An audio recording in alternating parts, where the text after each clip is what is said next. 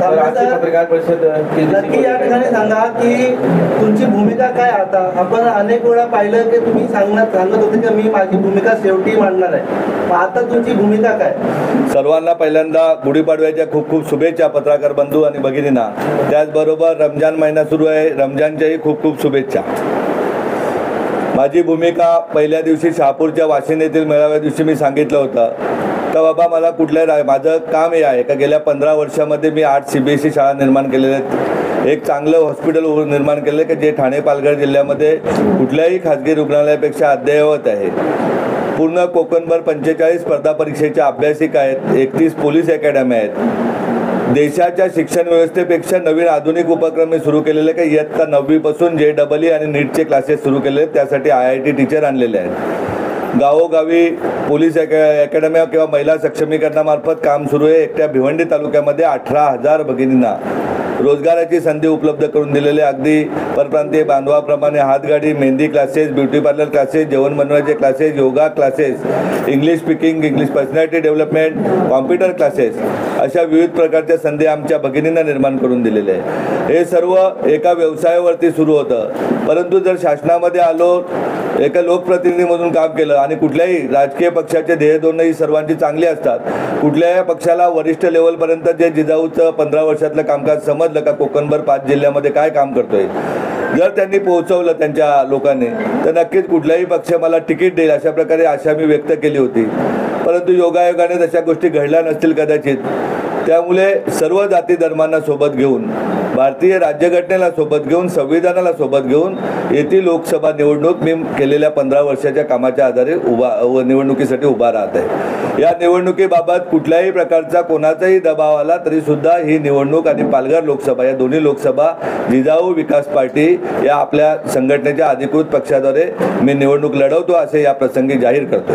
तुम्ही काँग्रेसकडून प्रयत्न केले होते आणि मध्यंतरी तुम्ही जाहीर देखील केलं होतं की काँग्रेसने तुम्हाला तिकीट दिलेलं आणि त्या चिन्हावर तुम्ही निवडणूक लढवणार आहात. मी असं डिक्लेअर केलं होतं का काँग्रेसकडून मला प्रचाराला ग्रीन सिग्नल दिलेला आहे का जरी राष्ट्रवादीने उमेदवार उभा केला तरी सुद्धा मैत्रीत्वाच्या लढाईने आपण निवडणूक लढू, तुम्हाला AB फॉर्म दिला जाईल अशा प्रकारची चर्चा होती. परंतु वरिष्ठ लेवलला, दिल्ली लेवलला काही निर्णय झाले असतील, त्यामुळं मला काल सूचना देण्यात आल्या का बाबा काँग्रेसकडनं तुम्हाला तिकीट मिळणार नाही, म्हणजे चिन्ह मिळणार नाही. त्यामुळे आजची पत्रकार परिषद मी घेत आहे. मी अगदी सर्वच मी सांगितलं होतं त्याप्रमाणे सर्वच राजकीय पक्षांकडे आशेने बघत होतो का कुठला तरी पक्ष या सामाजिक कामाला, जे काम सरकारने करायला पाहिजे ते काम जिजाऊ संस्था करते, एक देशाचा नागरिक म्हणून मी करतोय, या कामाला कुठला तरी पक्ष प्रतिसाद देईल. आणि मला खात्री आहे का या दोन्ही लोकसभा क्षेत्रातील सर्वात मोठा पक्ष आपला जिजाऊ पक्ष असल्याने नक्कीच दुसऱ्या लोकसभा लक्षात घेऊन किंवा पुढचा ठाणे, कल्याण, रत्नागिरी आणि पालघर हे लक्षात घेऊन या कुठला तरी मोठा पक्ष आपल्याला तिकीट देईल अशा प्रकारची आशा होती. परंतु आज पाडव्याच्या दिवशी ती आशा संपुष्टात आलेली असं मी जाहीर करतो. जर कोणी या पुढच्या 20 दिवसात दिलं तर त्याचा विचार करण्यात येईल. परंतु निवडणूक ही निलेश सांबरे स्वतः भिवंडी लोकसभा निवडणूक लढवतोय किती काही झालं तरी. आणि माझं कुठल्याही उमेदवाराला हरवण्यासाठी मी निवडणूक लढवत नाहीये का उद्या विद्यमान खासदार राहू दे किंवा राष्ट्रवादीकडनं महाविकास आघाडीकडून जाहीर झालेले उमेदवार यांना हरवण्यासाठी नाही. माझी स्पर्धा त्यांच्याबरोबर नाही. माझ्या आजच्या लेवलला मी जे जीवन जगतोय ते कुठल्याही खासदारापेक्षा चांगलं जीवन जगतोय. परंतु मला मूळ मतदाराला चांगलं जीवन द्यायचं आहे. कारण जर मी इतकं करू शकतो एक व्यवसायातून तर मी लोकप्रतिनिधी झाल्यानंतर किती मोठ्या प्रमाणात काम करू शकतो.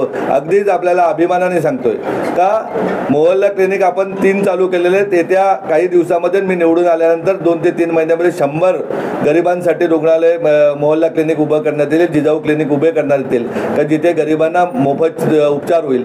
त्याचप्रमाणे इंदिरा गांधी राहू दे, कल्याण महापालिकेचं रुग्णालय राहू दे, बदलापूर नगरपालिकेचं रुग्णालय राहू दे, शासनाचं राहू दे, या सगळ्या रुग्णालयांना कल्याणचं शहापूरचं रुग्णालय राहू दे, वाड्याचं राहू दे, या सगळ्या रुग्णालयाला महिन्यातून माझी एक फेरी असेल तर जिथे येणारा आमचा गोरगरीब समाज बांधव आहे त्याला चांगली आरोग्य व्यवस्था झाली पाहिजे.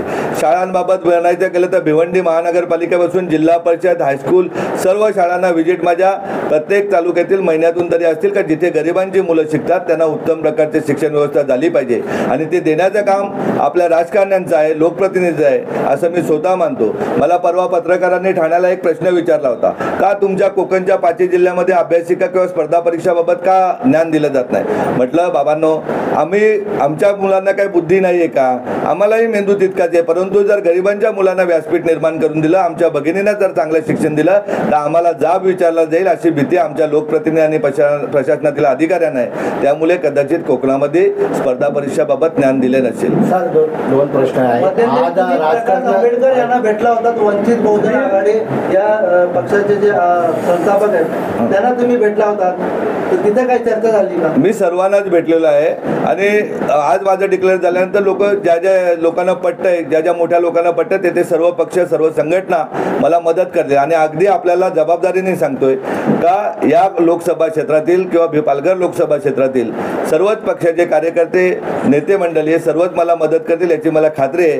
कारण ज्यांनी त्यांनी बघितले प्रत्येक गावपाड्यामध्ये, गल्लीमध्ये आरोग्य शिबिर आपले झालेले आहेत. असा कुठला गाव नाही आहे की ज्या गावातनं विद्यार्थी जिजाऊच्या मार्फत नोकरीला लागलेला नाही. प्रत्येक गावामध्ये, प्रत्येक आळीमध्ये आज तुम्ही भिवंडीचंच बघायला गेलं तर कमीत कमी 17,800 लोकांचे मोतीबिंदू आणि अदळ सर्जरी झालेले आहेत. 9,500हून आमच्या भगिनींना आपल्या मार्फत शिक्षण दिलेलं आहे. तर असे हजारो लाखो लोक जोडलेले आहेत. किमान या दोन्ही लोकसभा क्षेत्रात 10 लाखापेक्षा जास्त आमचे लाभार्थी आहेत. आणि सर्वच जण प्रचार प्रसार करतील. प्रत्येक शाळेमध्ये जिजाऊची वही गेल्या 8 ते 10 वर्षापासून पोहोचते.